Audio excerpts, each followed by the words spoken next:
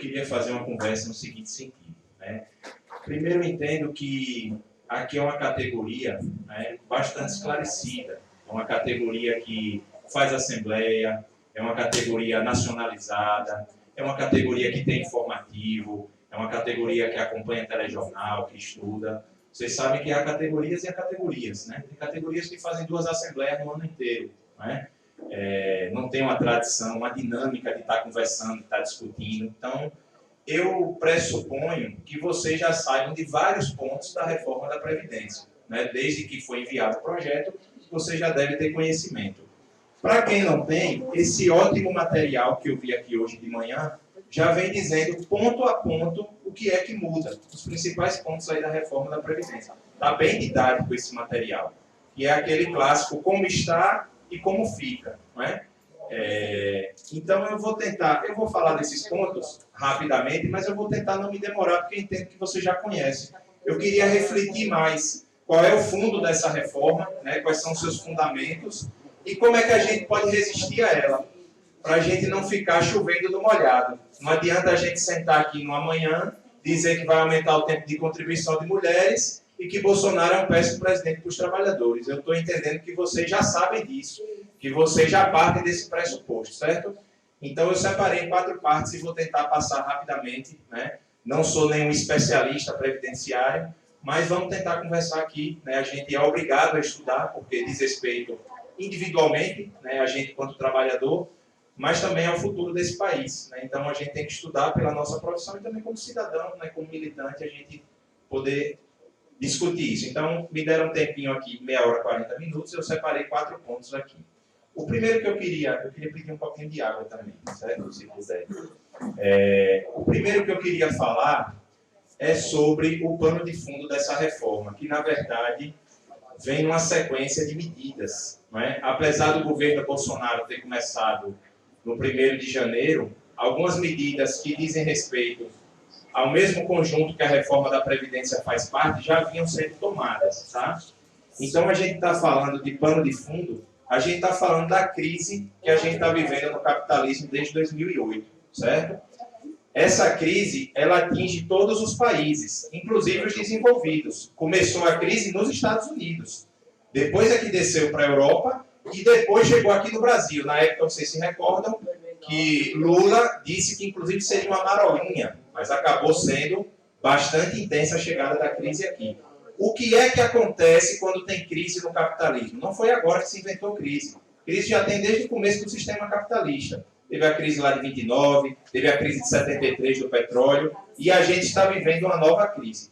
Quando a gente tem uma crise do sistema capitalista, desce a taxa de lucro, é preciso recompor as taxas de lucro dos países, certo? Da classe dominante. A gente tem uma reconfiguração completa do mundo do trabalho, né? Obrigado. Em todo o planeta, certo? Então, agora, o Brasil ele vai cumprir um outro papel no cenário internacional. E a gente vai ter que se adequar ao novo padrão de acumulação. Então, quando a gente vê uma sequência de medidas como reforma trabalhista, terceirização geral e irrestrita, emenda constitucional 95, que congelou por 20 anos os investimentos em direitos sociais, saúde e educação. Alguns acham que é gasto, né? Mas a gente chama de investimento. E agora a reforma da Previdência, né? Para fechar a tampa do caixão, literalmente, né? Então, esse conjunto de medidas, ele visa colocar um novo padrão para o Brasil. Não sei se vocês têm acompanhado, né? O Brasil tem passado por um processo de desindustrialização, que é o maior processo de desindustrialização que já aconteceu na história do nosso país. Tudo bem que nós não somos a melhor indústria do mundo, mas aqui você tem alguma coisa. Aqui você tem Petrobras, aqui você tem a metalurgia, aqui você tem montadoras, aqui você tem a Embraer. O que é que tem acontecido no nosso país? Vou ficar em Sergipe, para a gente não ter que dar exemplo do ABC Paulista. Fechou a Santista, têxtil. Fechou a Nassau, cimento. Fechou a Fafem, a Hibernada. Fechou a SAB lá em Muribeca, mais de 200 operários foram para casa. E assim sucessivamente, certo? Para ficar aqui em Sergipe, para não ir muito, fechou a Eringia, né, ali em Maruim, fechando várias fábricas, né? Num país que está sendo desindustrializado, essas fábricas estão indo para outros lugares. A Azaleia, que fechou a planta aqui na região de Ribeirópolis, ela reabriu na China depois, certo? Ela reabriu na China. Então, não é que está acabando a indústria, ela está saindo daqui para onde consegue lucrar mais. Então, está tendo uma reorganização. Nessa reorganização, não precisa ter trabalhador com direito social. Nessa reorganização, pode liberar a terceirização ampla e restrita, porque o Brasil ele precisa se adequar. A gente precisa acompanhar o ritmo da China, a gente precisa acompanhar o ritmo da Índia, a gente precisa acompanhar o ritmo da África do Sul, certo? A gente precisa acompanhar o ritmo dessas economias, onde historicamente, diferente daqui, que a gente conseguiu da Constituição de 88 para cá, no pós-ditadura, nós conseguimos um Estado social. Nós conseguimos. Nós temos uma série de garantias trabalhistas e previdenciárias, da saúde, da assistência social, da seguridade como um todo, que não existem em todos os países, certo? Não existe. Apesar da classe operária chinesa ser muito maior do que a nossa hoje, por exemplo, inclusive porque as indústrias estão migrando para lá, eles não têm a mesma quantidade de direitos que nós temos. Inclusive, o presidente ficou à vontade na campanha para dizer, com a popularidade que estava em alta, que o brasileiro tem direitos demais. Vocês se lembram dessa declaração dele? Que aqui é difícil empreender, é difícil para o empresário, porque o trabalhador tem direito demais.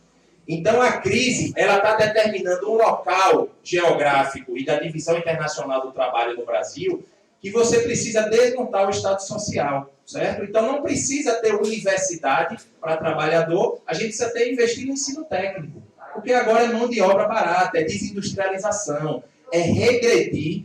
Tem um autor que fala isso, né, que a gente está vivendo um processo de reversão neocolonial, né, como se a gente estivesse voltando, inclusive até antes mesmo do período varguista, né, que foi quem inaugurou a CLT e a primeira legislação trabalhista. O que a gente está falando é desregulamentação completa. Quando o Bolsonaro ele extingue o Ministério do Trabalho e Emprego, ele está dizendo isso. Não precisa mais auditor fiscal fiscalizando, não precisa mais Ministério Público do Trabalho, e o próximo golpe que vai ser na Justiça do Trabalho. Porque se está diminuindo o número de ações trabalhistas, não tem sentido de ter a Justiça do Trabalho. Vai voltar como era antigamente. A Justiça do Trabalho vai para a Justiça Comum. Não é? E isso tem uma diferença em direito significativa. Porque na Justiça Comum, no direito civil, é tratado como igual. E na Justiça do Trabalho, não. É reconhecida a situação de hipossuficiência do trabalhador, né? E é reconhecido para ele que, em dúbio, pró-operário, na dúvida, a favor do trabalhador. A Justiça do Trabalho ela tem um princípio pró-trabalhador, a Justiça Comum não, certo? Então, essa regressão, em primeiro lugar, tem a ver com essa questão da crise. Nós precisamos discutir um projeto de nação. Onde é que nós vamos colocar o nosso Brasil? Se é simplesmente ser uma colônia de agronegócio, certo? E de especulação financeira para o mercado de capitais. Porque nem indústria eles estão querendo mais aqui, certo? Então, o que é que vai ser desse país daqui para frente? O que é que vai ser das próximas gerações de Sergipe? Certo? Com essa quantidade de indústrias fechadas. Não é? O que é que vai ser disso aqui? Porque quem conhece a história de Sergipe sabe que Sergipe, antes da década de 60 e da chegada da Petrobras, era um estado. E depois da chegada da Petrobras, foi outro estado. Certo? Quem conhece a história de Sergipe, a economia, a chegada da Universidade Federal de Sergipe, tem tudo a ver com esse processo de desenvolvimento econômico. Se você retira o desenvolvimento econômico e deixa só o agronegócio e o setor de serviços, não tem projeto de futuro para a nossa nação, para o nosso estado, para a nossa população. Primeira coisa, eu queria refletir isso. A reforma da Previdência dentro desse conjunto mais global. E aí a gente pode aprofundar essa conversa, certo? Segundo, que é uma questão de números. Eu não domino muito, mas aí a gente vai buscar. Você só reforma aquilo que precisa ser reformado, né? Ninguém muda os móveis da casa todo ano, a não ser que seja muito rico. Você só troca a mesa se você precisar mudar aquela mesa. Só troca o armário, às vezes deixa cair no tempão, né? Só troca quando não tem jeito mesmo. Quando chega a visita, às vezes fica quebrado o tempo todo. Quando chega o parente do interior, aí dá uma prega, né, para dizer que a casa está arrumadinha, né? Que a gente sabe receber bem as pessoas. É preciso realmente fazer a reforma da Previdência? Essa é uma questão que a gente deve se perguntar, né? Tá aí os jornais, a imprensa, todo mundo, os empresários, todo mundo dizendo, se não fizer, o país quebra. Se não fizer, não atrai investimentos. Não tem como não fazer. Pode não passar tudo, mas alguma coisa tem que ser feita. Vários outros países já fizeram. Por que o Brasil vai ficar de fora? Então, é uma pressão muito forte. E aí vem um número de dados. de números que a maioria dos trabalhadores desconhece. Tem um déficit e um rombo na Previdência, e isto é uma verdade como 2 e 2 é 4. Né? E todo mundo começa a repetir que tem um déficit na Previdência, que tem um déficit na Previdência, e a gente nem sabe muitas vezes sobre esses números. Né? Eu confio mais, né, que é onde eu tiro os dados, onde a professora Maria Lúcia Fatorelli, que estuda dívida pública no Brasil há mais de 30 anos, tira os dados dela, que é a Anfip. Né? É isso que o movimento sindical tem se pautado. A Anfip é a Associação dos Auditores Fiscais da Receita Federal, e eles têm feito uma série de estudos colocando que, primeiro, você só pode dizer que a Previdência é deficitária dependendo da forma como você faz o cálculo. Não é? Então, a Anfip, por exemplo, ela considera que não dá para discutir a Previdência separado de saúde e de assistência social, porque a Seguridade Social ela é indissociável. Você não pode separar esse tripé. Isso é uma primeira forma de caracterizar. Você separa a sua Previdência ou se você faz o cálculo com tudo junto. Segundo, não é levado em consideração os créditos históricos que foram tirados para fazer grandes obras, né, rodovia, Companhia Siderúrgica Nacional, não é levado em consideração a DRU. Né?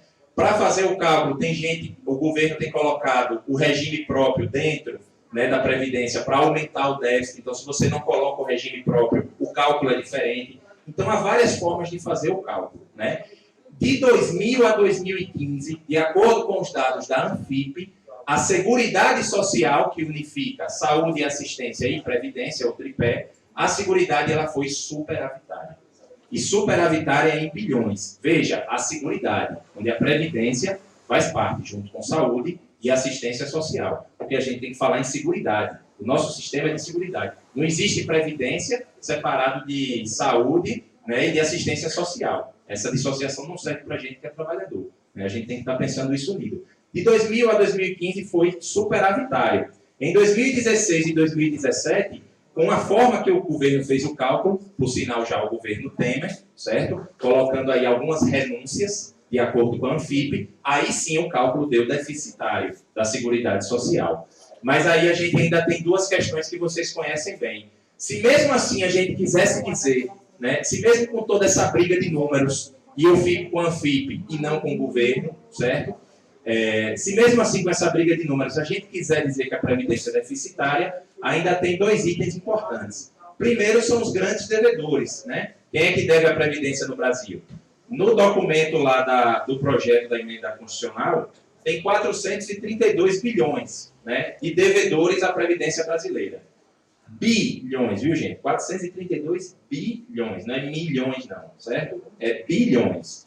As maiores, claro, né, JBS, Varig, né, as grandes empresas que, inclusive, financiam campanhas e etc. Ou seja, recolhe o dinheiro do trabalhador e não deposita, certo? E não entrega. Isso não acontece só longe, não. Aqui em Sergipe está cheio de empresário grande, né, que recolhe o dinheiro do trabalhador e não deposita. Se a gente cobrasse 400 bilhões, né, seja 490, seja 430, se a gente cobrasse essa dívida, com certeza não teria déficit, certo? Eu não sou ingênuo, os especialistas dizem que não conseguem mais tirar esse dinheiro todo de vez, mas pelo menos cerca de metade desse dinheiro era possível da gente reaver, cerca de 200 bi. Todos esses 400 bi de dívida, uma parte a gente vai perder mesmo, já foi. Passaram a perna na nossa Previdência e no dinheiro dos trabalhadores, mas uma parte é possível de reaver. O cara disse que vai mudar tudo isso aí, tá ok? Aí ele disse que ia mandar 3 propostas no dia que ele mandou a proposta da Previdência, que é a PEC 6 de 2019. Ele disse que ia mandar junto a cobrança dos grandes devedores e a dos militares, porque ele queria acabar com o privilégio, mas ele não mandou no mesmo dia, só chegou a dos trabalhadores. A dos militares chegou antes de ontem, eu nem tive tempo de ver ainda, mas já vi por cima, se alguém quiser completar depois, que mantém algumas regalias para os militares. Né? Eu olhei por cima, ainda não tive tempo de olhar, dei aula até ontem de noite, tive nem tempo de preparar. E essa da cobrança das grandes dívidas não chegou. Não chegou ainda, certo? Que é uma prioridade, que tem que... Porque na hora de mexer com os grandes, na hora de mexer com o BPC e com o trabalhador, né, eles são os leões. Agora, na hora de mexer com o grande é gatinho angorá, né? Porque é financiamento de campanha, né? É uma série de questões que a gente já conhece do cotidiano da nossa política. E aí tem os privilégios de militares, né? Eu li, essa semana estava dando aula e levando um número para os alunos, que o número gasto com pensão das filhas de militares mortos, né, está chegando próximo à casa de 5 bilhões, que é superior a todo o orçamento das Forças Armadas, Marinha, Exército e Aeronáutica de conjunto. Tem dimensão do que é isso, gente? O nível de dinheiro que é despejado para as famílias de militares, né, em forma de pensão, né, por morte. É isso aí que a gente está falando de privilégio. E outro colega estava lembrando ali, tem uma série de auxílios, os militares, né? Até auxílio funeral tem. E 55% dos militares do Brasil se aposentam entre 45 e 49 anos, tá certo? Porque eles têm um regime especial. Nem é regime geral, nem é próprio, é um regime especial por ser militar, certo? Eu acho que a gente tem que mediar. Não adianta sair no meio da rua, né, conversando, parecendo que a gente quer que o militar receba um salário mínimo. E a população também não acha isso. As pessoas acham que o militar realmente é diferenciado, trabalha com a segurança, com a Força Nacional. Mas uma coisa é ser diferenciado. Outra coisa é privilegiado. É muito diferente, certo? Então, a segunda questão são essa dos números. Nós precisamos nos aprofundar nessa discussão, não é? Se ela é realmente deficitária, esses grandes devedores da Previdência, o privilégio dos militares, do judiciário também, certo? O judiciário não fica de fora disso, não é? E o principal, né, que a gente não pode esquecer, nós precisamos repetir isso como mantra, que é a questão da dívida pública. O maior gasto do orçamento brasileiro não é com o funcionalismo, não é com a previdência da classe trabalhadora. A maior parte, há mais de 20 anos nesse país, é com a remuneração do capital financeiro, que é os juros da dívida pública. Peguem lá a pizza do orçamento, quanto é executado ano após ano. Você vai ver um gráfico, eu não tenho aqui agora, mas a metade da pizza, né, quase metade, né, 47, 46, de juros e amortizações da dívida pública. É isso que está tirando dinheiro do nosso orçamento, certo? Então, eu não sei se tinha que mexer na Previdência. Eu acho, claro, que a gente tem que ir atrás de fraude, tem gente que tenta fraudar, ir atrás dos devedores. Eu acho que a gente pode combater os privilégios, mas mexer na reforma da Previdência de conjunto porque ela é deficitária e não tem de onde tirar dinheiro, eu não acho que é por aí. A gente deveria estar mexendo na dívida pública. A gente deveria... Você falou da DRU também? Da DRU, ainda não falei, está aqui. Porque ele falou DRU. Eu falei DRU, né? Eu falei DRU, não foi? Mas eu ia falar ainda disso aí, está aqui anotado. Enfim, são muitas... Erivelto estava lembrando aqui da DRU, né, o DRU que retira, né, as vinculações. Nessa proposta de reforma, ele está propondo não colocar a DRU na parte da Previdência, como se ele avançasse, fosse uma pauta do movimento. O problema é que ele mesmo, o governo, está dizendo que a Previdência é deficitária. Então, se as contas deles estão certas, na prática, não tem sentido nenhum tirar ou deixar a DRU, porque você só desvincula a receita que existe. Se está deficitária, não tem o que desvincular. Então, tanto faz ou tanto fez. Ele faz isso aí como uma cortina de fumaça. Não teria efeito prático pelas contas dele, né? Mas, claro, para a gente tem. Então, é importante que se tire a DRU, sim. Né? Bom, isso em relação à questão dos números, tá certo, gente? Então, queria chamar a atenção para isso. E é uma coisa que a gente precisa se aprofundar, porque às vezes a gente pega um debate com algum liberal, algum empreendedor mais técnico, e às vezes a gente se enrola. É preciso que a gente tenha atenção para isso, né, para não estar caindo nesse conto do vigário. Terceiro, os pontos da reforma, que é isso que está aqui na cartilha, que é isso que muitas pessoas têm comentado, né? Aumento da idade mínima para mulheres no regime geral, né, de 55 para 62 anos, aumento do tempo mínimo de contribuição, né, nos servidores públicos, aumento nas alíquotas, né, de 11 vai passar para 14, e aí a depender do salário, né, de quem ganha 3 mil a 5 mil, sem acréscimo. Mas quem ganha no Serviço Público Federal, né, de 5 mil a 10 mil, já vai acrescer meio ponto. Então não vai ser 14, vai ser 14,5. Quem ganha mais de 10 mil, acresce 2,5. Você vai descontar 16,5. Né? Então você tem aumento de tempo de serviço, a questão da idade, você tem aumento de alíquota, né? Você tem agora cumulativamente, não alternativamente, que era a idade, né, e o tempo de contribuição. Agora você tem outros critérios, né, que é estar 20 anos do efetivo exercício do serviço público, né, e os 5 anos no último cargo efetivo em que você atingiu a aposentadoria. Então você tem que preencher todos esses requisitos. São obstáculos, né, nitidamente dificultam o acesso à Previdência. Mas isso aí, como eu disse, todos vocês sabem. Tem a questão da transição dos pontos, 86, 96. Isso aí é uma coisa que a gente que eu não tenho tanto domínio e que está explicado melhor nos materiais. O que eu queria chamar a atenção dos principais pontos da reforma são duas coisas. Primeiro, é a porcaria do sistema de capitalização, certo? Isso é uma mudança estrutural no nosso sistema de previdência. Isso não é uma mudança, mudou o tempo da idade e tal. FHC já mexeu na idade. Lula já mexeu na taxação dos inativos. Todo mundo mexeu na nossa previdência. Mas ela manteve os princípios, que é o princípio da solidariedade, é o princípio da diversidade do financiamento, é o princípio da universalidade, é o princípio da dignidade humana. Esses princípios maravilhosos, né, dos direitos sociais e da nossa Constituição. Com muita luta, conquistado com muito suor, luta e sangue, inclusive, da classe trabalhadora. Né? Boa observação. Agora, com o sistema de capitalização, o nome já diz, né, gente? Capital, capitalização. Quando você vai no banco, né, abrir uma conta, você já sai de lá com título de capitalização, aqueles seguro de vida, era isso, seguro de vida, seguro de morte, o que aparecer. Né? O que apareceu, o banco está lhe empurrando, o rapazinho ali, ou a mocinha, tem que atingir as metas do banco. Se for privado, triplicado, né? Aí é que ele tem que empurrar, é capitalização. A capitalização, ela quebra com a solidariedade, com a universalidade, com tudo isso. Porque hoje você que trabalha, você contribui para a Previdência. E a Previdência ela vai servir também para quem não tem condições de trabalho, para quem está acidentado, para quem tem algum tipo de deficiência, para quem está numa condição de miserabilidade, numa condição de idade mais avançada. Para tudo isso a Previdência ela vai servir. Mas com a capitalização não, porque agora você não vai contribuir para uma conta geral, é o cada um por si. Né? Você tem uma conta particular onde você deposita o dinheiro. Quem administra essa conta? Os bancos e os fundos de pensão privada. Aí os liberais espertos dizem, vocês da esquerda são demais, vocês deixam que a conta de vocês seja administrada pelo governo. E esses governos são tudo corruptos, e vocês deixam. A gente quer deixar nos bancos. Eu, sinceramente, não sei o que é melhor. Se é deixar a Previdência com o Bolsonaro ou com os bancos, porque está na mesma. Né? Quem escreveu a proposta de reforma da Previdência foi Guedes.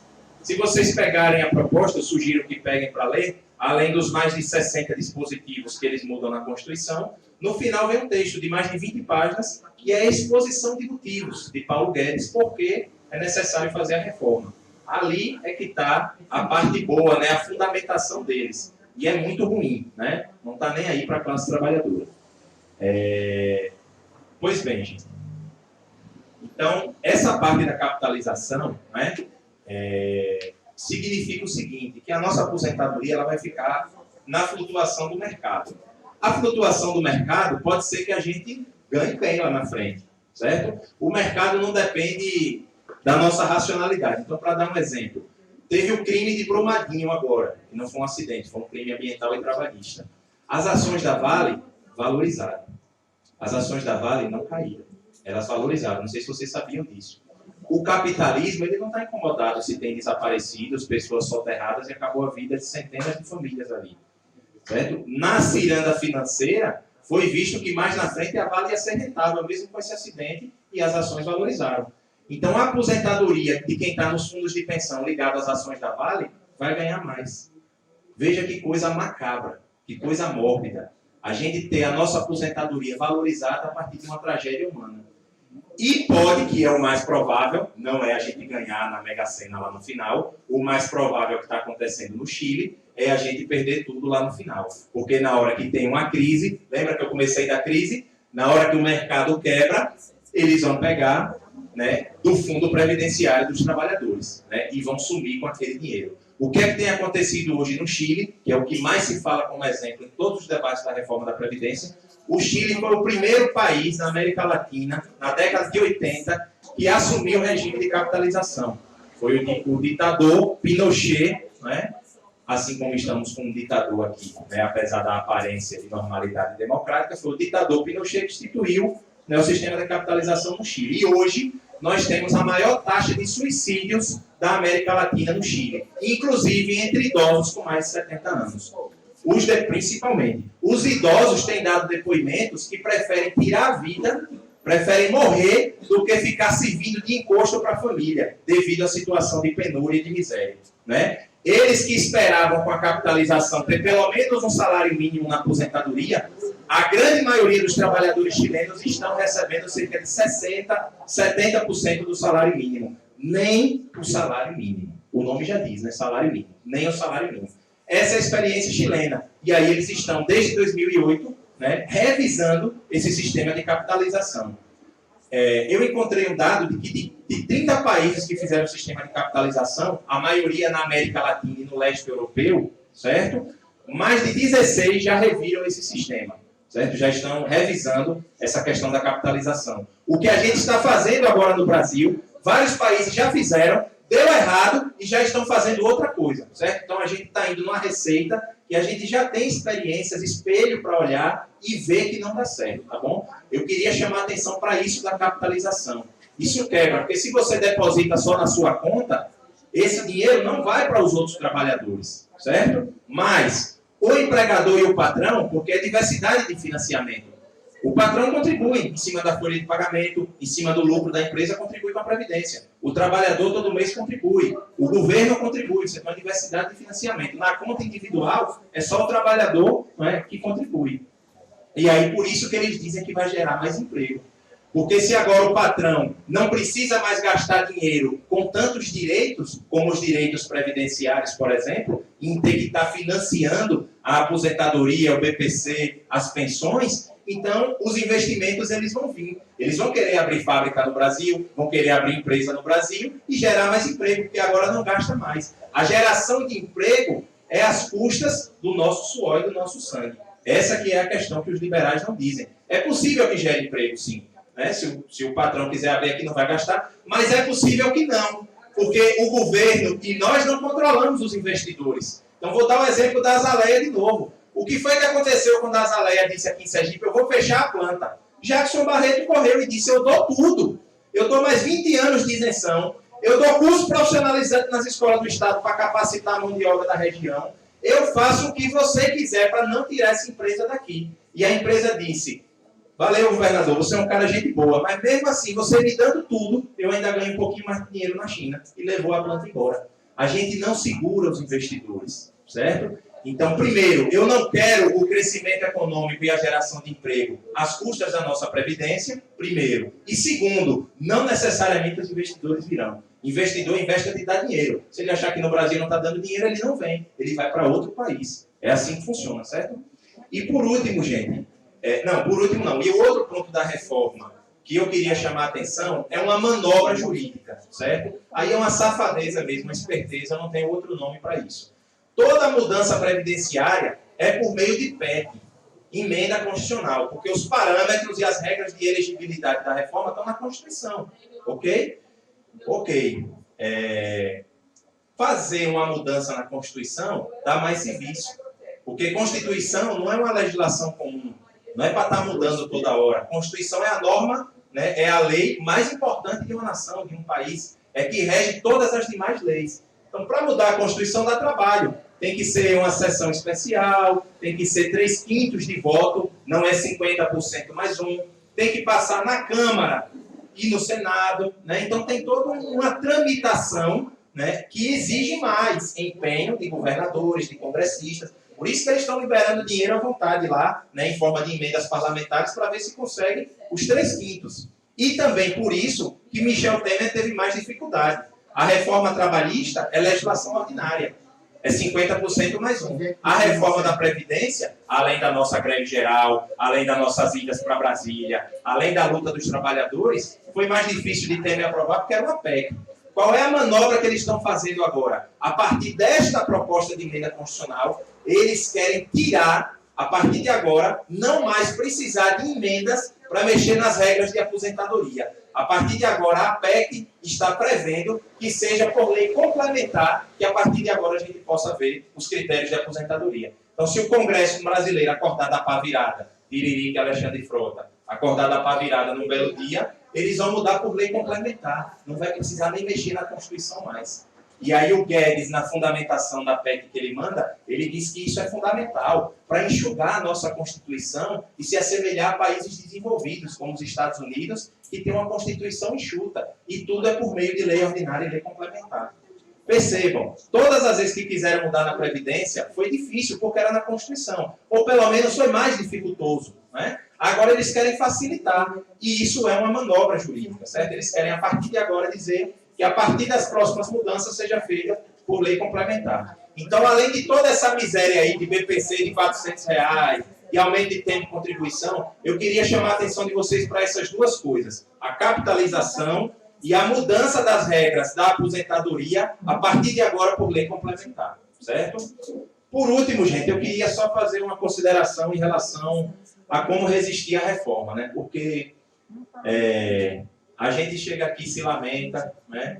Tá difícil, né? Os trabalhadores, o governo ainda tem uma alta popularidade, certo? Mesmo com o Carnaval denunciando o governo, mesmo com o Laranjal, mesmo com muita crítica, mesmo com ele sendo subserviente a Donald Trump, indo lá entregar todas as nossas riquezas e autorizando os Estados Unidos a entrarem sem visto, isso é uma barbárie. Isso, do ponto de vista do direito internacional, inclusive, é ilegal. Você não pode estar indo fazer um acordo onde um lado não ganha nada. O nome disso não é acordo, certo? O nome disso é entrega. Então, mesmo com tudo isso que tem acontecido, essa vinculação às milícias, ele ainda tem popularidade.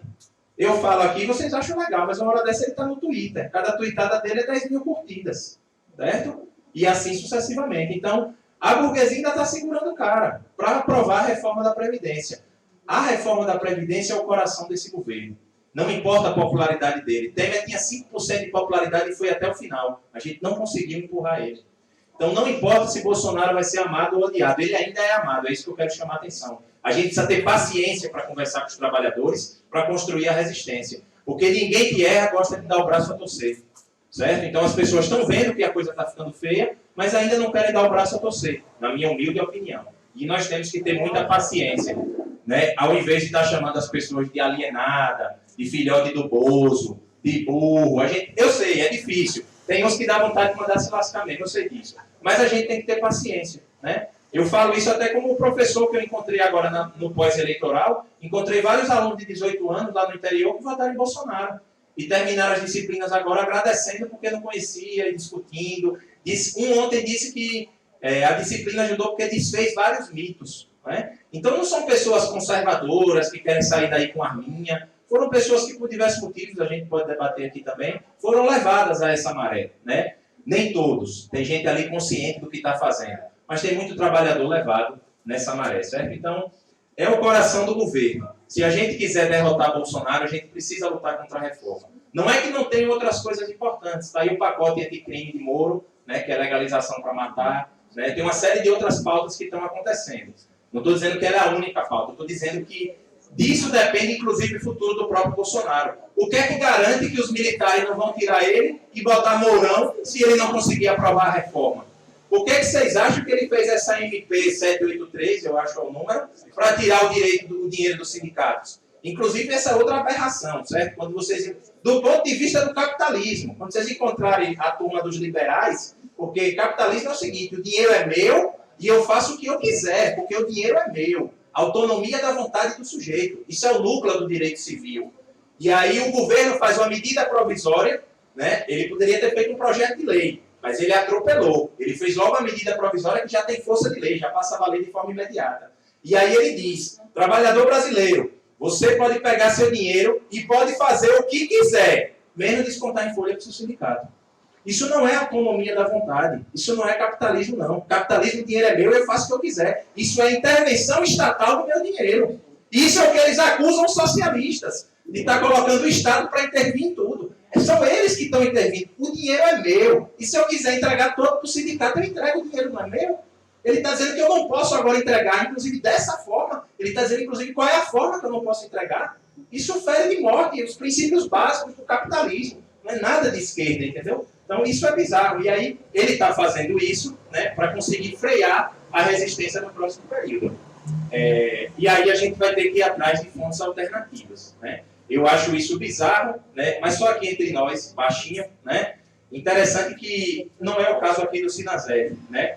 Mas alguns sindicalistas vão ter que tirar a bunda da cadeira também para ir conversar com a base de novo. Né? Tem gente que nem conhece mais quem é a diretoria dos seus sindicatos. Cá entre nós, que eu não vou fazer esse debate aí para estar justificando essa medida provisória, mas que tem muita burocracia sindical que está chorando não porque o dinheiro não vai servir para a luta, mas porque ele não vai ter mais como ter os privilégios e as mordomias, isso tem. E a gente tem que saber como fazer esse debate, para não estar alimentando a direita com essa medida provisória, certo? Então, essa medida provisória é uma medida que fere, inclusive, a própria dinâmica capitalista e a autonomia do sujeito de como gastar o seu dinheiro e como contribuir para o seu sindicato. Não estou nem falando da inconstitucionalidade e outras questões que estão sendo discutidas nessa medida, certo? E duas coisas, gente, para fechar. Primeiro, para fazer o debate público, aqui é um sindicato de servidor federal, mas da mesma forma como a reforma trabalhista, tem muita gente que já não tinha CLT. Tanto faz ele retirar os direitos trabalhistas ou não, a informalidade já estava comendo no centro. Tem gente que trabalha hoje, gente, e não são poucas pessoas, são milhões de brasileiros, que já não esperam se aposentar, já não esperam, não contam com isso. Trabalham na informalidade e não contribuem, porque previdência é só quem contribui, né? Tem muito trabalhador que trabalha e não contribui, porque mesmo aquela porcentagem faz falta no final do mês, certo? A gente precisa saber como conversar com as pessoas, porque eles são malandros. Eles viram para as pessoas, tá vendo aquele pessoal ali do IFES? Tudo privilegiado, tudo com salário lá em cima, tudo se aposenta cedo, ninguém quer bater ponto, ninguém quer trabalhar, reclamando de tudo, né? Vi aqui esse absurdo para o negócio do assistente de aluno e não fiscalizar professor. Até uma fiscalização reclama, esse pessoal reclama de tudo. E a gente tem que entender que é uma pessoa que já não esperava mais se aposentar. Então, que essa discussão que a gente está fazendo para boa parte da periferia, para boa parte dos trabalhadores informais, a depender de como a gente começa, a gente nem começa. A gente nem começa. Porque domingo a senhorinha está assistindo o Silvio Santos. Ela vai ouvir lá, né? Como o Temer foi lá no programa do Silvio Santos, né? E como eles vão fazer essas propagandas desses programas, né? Então a gente tem que saber conversar isso. E segundo, com esta classe média, né? Pequeno proprietária que votou em peso no Bolsonaro, que é o seguinte: a gente sabe que os BPCs e a Previdência, ela sustenta uma série de famílias brasileiras e nordestinas, principalmente nas menores cidades. Então, tem famílias inteiras que dependem de um idoso aposentado ou que dependem de uma pessoa com esse benefício ou com essa aposentadoria. Se você reduz o BPC, se você dificulta a chegada à aposentadoria, você está prejudicando não só aquela família, você está prejudicando a mercearia de seu Zé ali na esquina, porque aquela família não vai mais ter dinheiro para comprar na mercearia de seu Zé. Então, seu Zé, que era uma pessoa um pouquinho melhor de vida, porque tinha um pequeno comércio, porque não era só aquele trabalhador que só tem a força de trabalho, certo? Seu Zé também vai sentir, a médio prazo, o impacto da reforma da Previdência. Então, primeiro, a gente tem que saber conversar com quem nem sonhava em se aposentar pelas condições trabalhistas que já tem hoje, né? E segundo, a gente tem que saber conversar, né, que a classe média, em breve, será a próxima atingida, né? A gente já sente isso de algumas formas, né? Antigamente, quando se fez essa história de plano de saúde, né, foi a saída para a classe média que ganhava um pouquinho ao trabalhador. Né? Porque classe média é um trabalhador que ganha um pouquinho mais, né? Não deixa de ser trabalhador, na grande maioria das vezes, né? É menos a classe média que é proprietária, a classe média é trabalhadora. Foi a solução. Chega, não tenho que ir para o USE, né? Vou para um plano de saúde. Agora me digam vocês que já conhecem de plano de saúde há vários anos. O que virou esses planos de saúde? Uma esculhambação. E você chega com um plano de saúde e muitas vezes, a depender do hospital, você é mal atendido e pega uma fila tão grande quanto no setor público. Certo? A depender. Eu já tive casos, né? Sou dependente da Unimed, por conta da minha mãe, já tive casos de precisar usar e voltei para casa sem utilizar o serviço. Né? Com a Previdência é isso, gente, é o que faltava. Educação privada, saúde privada e a Previdência agora é para ser privatizada também, certo? É privatização ampla e restrita e aí não é uma reforma da Previdência, né? É um confisco da renda dos trabalhadores a longo prazo. É isso que o governo brasileiro está fazendo. Isso é o desmonte do Estado Social, é o desmonte da Previdência e é o confisco do nosso dinheiro. Porque, inclusive, ele coloca lá no projeto, são vários itens, eu não falei de tudo, né? Ele coloca que mais para frente, caso a população envelheça mais, pode aumentar também os critérios, o projeto complementar. Pode aumentar também caso a população envelheça mais. Então, ele deixa já em aberto. Né? Vou fazer uma observação para não perder. Além de você estar além dessa proposta da Previdência privada, você vai capitalizando a Previdência e, de acordo com a proposta da idade de aposentadoria, você paga, morre e não se aposenta. Entendeu? que o menino acabou de Ah, tá. Eu só queria fazer uma observação que é muito grave, porque ela fica entre aquilo quando você está lendo, que você vai na essência da lei, da leitura fria da lei, que você vai para a previdência privada, você vai pagar, né, a previdência, e que, de acordo com a proposta da idade de aposentadoria agora, você paga todo o tempo a previdência, e muitas vezes você não se aposenta, porque você vai chegar a uma determinada idade, que devido a algumas doenças que alguns de nós vamos ter, a gente vai pagar e não vai usufruir essa previdência. É muito grave essa proposta, e essas observações que atingem diretamente a gente, é bom a gente ter ciência disso, porque a gente está fazendo com que o capital ele se favoreça mais e a classe trabalhadora fique prejudicada no seu todo.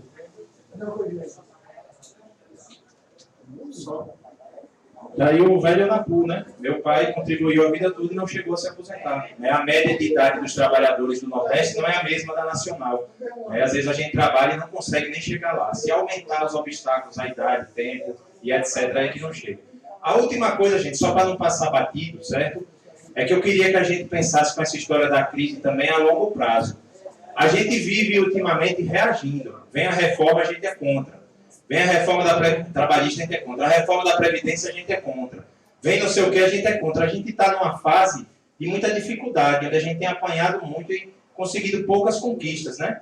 E a gente tem que pensar em questão de projeto de sociedade mesmo, certo? Eu queria só deixar essa reflexão, que eu acho que vocês também compreendem isso, ou pelo menos a maior parte aqui. Enquanto tiver capitalismo, vai funcionar dessa forma. Esse sistema, ele funciona em torno da exploração do ser humano e do meio ambiente. Essa é a lógica de funcionamento. Às vezes a gente está melhor, às vezes a gente conquista uma Constituição, às vezes a gente está pior. Mas essa coisa de estar indo e estar voltando, e ultimamente está piorando muito, né, é próprio da lógica desse sistema, inclusive dos países desenvolvidos, né? Já está tendo uma série de denúncias lá de questão de miserabilidade, de favelas na França, moradores de rua nos Estados Unidos. É um processo global. Eu queria que a gente pensasse também a longo prazo, que a gente discutisse questões jurídicas, como ir na feira conversar com as pessoas, como reagir à reforma, isso é o mais urgente. Mas que a gente não perdesse essa questão do horizonte também, de que modelo de sociedade é essa, onde a gente está privatizando tudo cada vez mais, e está dando errado. A Vale foi privatizada, o que é que aconteceu aí agora? Né? A Previdência foi privatizada nos outros países, o que é que está acontecendo? Né? A educação está sendo privatizada, o que é que está acontecendo com quem vem sendo privatizado? Né? E piorando os direitos trabalhistas, piorando a nossa vida, piorando o acesso do serviço para a população. Né? Então a gente tem que pensar isso a longo prazo, porque eles fazem bem esse debate de projeto, que o socialismo já morreu, que tudo que é de esquerda está morto, que esse povo não serve para nada, né? Fecha sindicato. A conversa toda deles é esse. Né? Foi vermelhinho, eu estou do outro lado da rua. E a gente precisa ressignificar essas coisas. Não é porque a gente teve experiências ruins, ou porque a gente tem críticas, que a gente deve jogar tudo fora. A gente precisa recuperar essa discussão estratégica também. Eles mandam a gente para Cuba, mandam a gente para Venezuela, e a gente não manda eles para a Argentina. Macri é uma direita extrema liberal e quebrou a Argentina. É preciso dizer isso na cara desse povo. Vá para a Argentina, eu vou para Cuba, e você vai para a Argentina. A gente precisa recuperar, a gente fica na defensiva. Eles mandam a gente para Cuba e a gente fica... Cuba, né? Não sei. Não sabe nem como é que está em Cuba. Né? Então, que a gente recupere essa dimensão também, para a gente não ser aquela turma que só discute o imediato, né? E que perde a questão de longo prazo. É isso, obrigado, e estou aberto aí para o debate com vocês.